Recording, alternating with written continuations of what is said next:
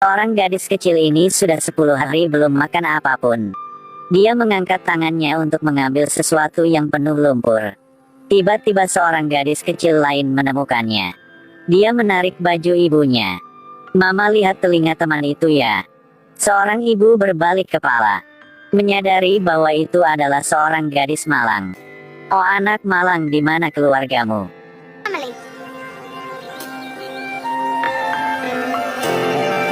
"Kesini, seorang gadis sepertimu seharusnya tidak berkeliaran di jalan seperti itu.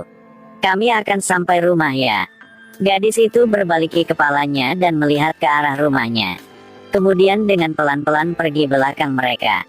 Seorang pria melihat ada seorang gadis berjalan di belakang, tampaknya tidak senang.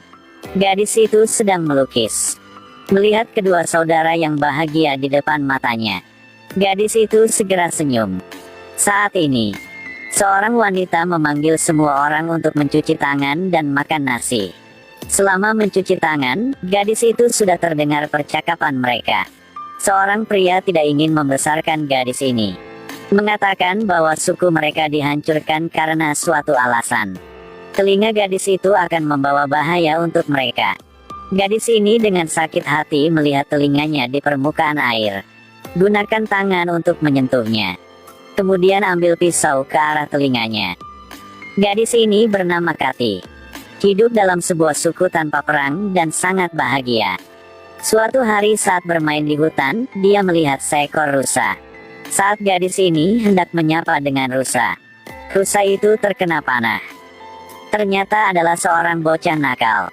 Melihat rusa dengan menyakitkan jatuh, gadis ini dengan marah bergegas sampai dan mendorong bocah itu jatuh, menekan anak itu dan memukulinya. Saat ini ibu gadis itu berlari sampai dan menyuruhnya berhenti. Tapi hidung gadis ini keluar darah hitam. Ibunya membantunya menyeka darah di hidungnya. Gadis itu bertanya kenapa orang lain harus membenci ibu anak mereka. Sang ibu hanya menjawab untuk menghibur gadis kecil itu. Namun, pembunuhan akan dimulai. Sekelompok orang membawa senjata dan mengelilingi mereka. Seorang pria tua berambut putih mengatakan bahwa tidak ada yang selamat diperbolehkan. Selama seseorang dalam suku darah hitam melarikan diri, semua dianggap sia-sia. Yang pertama adalah terbakar semua rumah mereka. Kemudian bersiap busur. Menunggu mereka berlari keluar, nanti akan menembak mati. Dalam sekejap, jeritan menyedihkan bergema di lautan api. Orang-orang dalam suku yang polos semuanya dibunuh. Seorang ibu memeluk gadis itu. Sang patriark berlari dan berkata, "Tolong panggilkan. Kita sudah pernah bersumpah. Panggilkannya ya." Tepat pada saat ini, sang patriark terkena panah. Seorang ibu menutup mata, di wajahnya masih bercahaya yang warna biru. Dia membaca mantra di mulutnya. Tiba-tiba ada putaran cahaya warna biru muncul di belakang. Dan tiba-tiba sebuah panah terbang. Orang ibu dengan menyakitkan berlutut di tanah. Kemudian menyebarkan cahaya warna biru ke badan Kathy. "Ayo lari." Setelah selesai kata, sang ibu gadis itu segera mati. Gadis itu berlari ke sebuah rumah batu. Seseorang berpakaian warna hitam juga mengejar sampai sini. Dia mengangkat panah. Gadis ini tidak jalan untuk bersembunyi jadi menutup matanya. Tiba-tiba putaran cahaya biru muncul lagi. Pria berbaju hitam menembakkan panah. Tiba-tiba sebuah tangan terulur dari dalam putaran cahaya. Gadis ini akan membunuh. Orang berpakaian hitam memegang busur dan membidik ke arah gadis ini. Tidak ada cara untuk bersembunyi, jadi dia hanya menutup matanya dan menunggu untuk mati. Tiba-tiba ada sebuah putaran cahaya muncul. Orang berpakaian hitam menembak panah. Tiba-tiba sebuah tangan yang raksasa muncul dari dalam putaran cahaya, mencegat panah yang masuk. Kathy juga takut oleh tangan ini. Tiba-tiba putaran cahaya menghilang. Orang berpakaian hitam sekali lagi menarik busur dan anak panahnya. Tapi tampaknya dalam matanya masih sedikit niat baik. Gadis ini sangat takut. Tapi orang berpakaian hitam dengan sengaja menembak yang salah. Kathy juga kurang tahu kenapa orang ini memaafkan untuknya. Bahkan berbohong bahwa gadis ini sudah mati. Pria tua berambut putih saat ini dengan nyaman pergi. Suku awalnya tanda perang, tapi dalam semalam sudah dibunuh semuanya. Kathy melihat ibu dan saudara laki-lakinya yang tumbuh bersamanya meninggal. Dia tidak menahan lagi dan jatuh air mata. Gadis mengambil pisau dalam tangan ibunya, lalu memegang dengan keras dalam tangannya. Di hati gadis ini menabur benih kebencian. Untuk tersembunyi identitas Buddha suku berdarah hitam, gadis ini sudah memutuskan untuk memotong bagian kelebihan di telinganya. 13 tahun kemudian, kita bisa melihat bekas luka di telinganya. Dia juga memulai berjalan ke jalan membalas dendam. Pada malam, dia dengan sendiri berjalan di hutan dalam. Tiba-tiba sebuah bayangan lewat. Berbalik kepalanya untuk melihat. Ternyata adalah seorang pria yang penuh bekas luka di wajahnya. Kemudian dia menjulurkan lidahnya yang bergigi dari dalam mulutnya. Kathy segera takut dan segera melarikan diri. Dia belum lari jauh, tapi terhenti. Dia mempertaruhkan nyawanya untuk melawan. Tapi kelompok orang ini tidak akan mati bagaimanapun dia membunuhnya. Dengan cepat dia ditekan di tanah. Orang itu menjulurkan lidahnya yang bergigi dari dalam mulutnya. Tiba-tiba sebuah panah terbang di atas. Orang-orang yang sisi juga dibunuh. Ternyata orang yang menyelamatkannya adalah seorang perwira tentara penjaga perbatasan. Jadi begitu dia sudah mengikuti perwira itu kembali kota. Dia ke sebuah warung alkohol untuk istirahat sebentar lagi. Sejak dia masuk sini, menemukan seorang pria tua dengan janggut putih memelototinya. Tepat pada saat ini, seorang pria berbaju merah masuk. Kathy melihat ke arah seorang pria. Apakah ini adalah tentara yang sudah membunuh semua sukunya pada tahun itu? Tahun itu dia sudah melihat dengan matanya. Dalam sekejap, Kathy sangat marah. Dia memanggil seorang pelayan datang. Berkata dengannya bahwa harus tidak berhenti membawa alkohol untuk pria itu. Katakan saja itu warung memberi. Kemudian dia segera kembali ruang untuk istirahat. Beberapa jam kemudian, dia benar-benar mabuk dan melepaskan baju zirah. Tapi pedang masih membawa di sampingnya. Kathy segera mengikutinya. Dia mengabaikan untuk apa dia bersandar di dinding. Kathy segera mengeluarkan pisau yang membawa di tubuh dan mendekati arahnya. Bisakah kamu menungguku selesai dulu? Aku sudah menunggu sampai 13 tahun, aku tak bisa nunggu lagi. Dia segera mengeluarkan 2 pisau lalu berbalik tubuhnya. Ternyata ini adalah seorang gadis. Dia bertanya Kathy ingin membalas dendam untuk siapa. Kathy mengatakan bahwa karena suku darah hitam.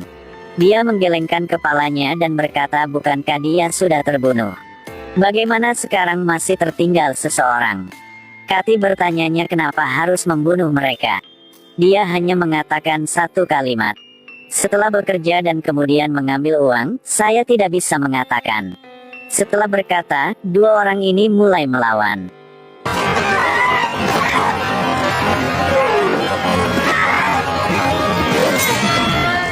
Meskipun dia sudah mabuk, tapi Kathy masih bukan lawannya. Kemudian keduanya terkena pisau. Baru berlangkah ke jalan membalas dendam. Bisakah Kathy masih hidup dan menjadi raja terkuat? Belum pernah melihat seorang pria yang kejam seperti ini. Tidak terduga, dia bisa mengeluarkan pisau yang menikam dalam di badannya. Melihat seorang gadis juga ditikam oleh pisau. Dia menambahkan pisau ke tubuhnya sekali lagi. Sedangkan dia jatuh ke tanah karena lukanya serius. Mata Kathy berangsur-angsur menjadi kabur. Tiba-tiba sebuah bayangan pergi ke depan wajahnya. Tarik ke bawah 2 pisau di tubuhnya. Kemudian membawa dia pergi. Sedangkan pria ini sebelum mati dia sudah menggunakan darahnya untuk menulis sebuah kata-kata. Masih ada 1 orang lagi. Kebesokan hari, para prajurit yang menjaga kota dengan tangan mereka menyeka darah hitam di dinding. Karena ingin tahu jadi masukkan mulutnya untuk rasa. Kemudian berbalik tubuhnya dan bertanya dengan bawahannya. Sudah pernah melihat jenis darah seperti ini belum? Bawahan mengangkatnya hidung untuk menghidu. Kemudian menunjukkan pose sepasang telinga yang panjang. Dia berjalan di depan orang yang terbunuh kemarin. Lihat kata-kata yang tertinggal. Dia adalah pemimpin terbaik di grup. Sekarang ada tentara yang mati di ladangnya. Dia lebih baik mati daripada membiarkan orang lain ikut campur dalam hal ini. Jadi dia tersembunyi semua masalah ini dan ingin dengan sendirinya untuk menyelidiki dengan jelas. Kathy terluka dan diselamatkan oleh pria tua berjanggut putih. Karena punya darah hitam, jadi lukanya sembuh dengan cepat. Kathy bertanya mengapa dia menyelamatkan Kathy. Pria tua itu segera mengatakan, "Saya telah menghabiskan hidup saya untuk meneliti ras darah hitam. Ketika bulan memindah warna merah, suku darah hitam akan memanggil iblis untuk melenyapkan para tiran dari masyarakat lama." Setelah mengatakan itu, dia mengeluarkan selembar kertas. Tapi Kathy benar-benar tidak menarik dengan hal ini. Dia segera mengatakan ini adalah sesuatu yang dimiliki oleh ras darah hitam. Kathy menerima kertas itu. Pria tua itu segera menasihatinya. Kata-kata di dalamnya hanya bisa dibaca di kepala, tidak bisa membaca dari mulut. Tapi Kathy tidak percaya dari kata-kata orang itu. Setelah kembali kosan, dia mengambil kertas itu dan membacakan mantra di atasnya. Tiba-tiba putaran cahaya biru muncul lagi. Di depan matanya muncul sebuah lubang. Pertama sekelompok cakar muncul. Kemudian adalah iblis raksasa yang keluar dari lingkaran. Iblis raksasa pelan-pelan mendekatnya. Kathy berteriak. Tapi tidak terduga iblis ini sudah berlompat keluar jendela dan menghilang. Dia mengambil kertas itu dan pergi mencari pria tua itu. Dia mengatakan dengan Kathy bahwa itu adalah monster yang dia sudah bilang. Semua orang dipanggilnya adalah iblis. Jika tidak ingin dia kekacauan, maka Anda harus cepat belajar bagaimana tidak mengendalikannya. Jika tidak dia akan pergi kemana-mana membunuh orang. Dan darah Kathy ialah satu-satunya bisa dikendalinya. Beberapa hari kemudian, iblis sudah terus-menerus membunuh beberapa orang. Pada malam, dia menemukan iblis. Iblis saat ini tidak mendengarkannya, tapi menusuk tubuhnya dengan cakarnya. Iblis terus menatap. Kemudian dia segera pingsan. Tunggu dia bangun lalu dorong pintu untuk melihat ke dalam. Iblis sedang mengangkat seseorang. Kathy coba menggunakan bahasa suku darah hitam untuk bercakap dengannya. Iblis segera bereaksi. Dia melihat iblis bisa paham kata-kata darinya. Dia mengeluarkan pisaunya dan dengan keras memerintahkannya. Tapi iblis sudah menikam orang itu dan melempar keluar jendela.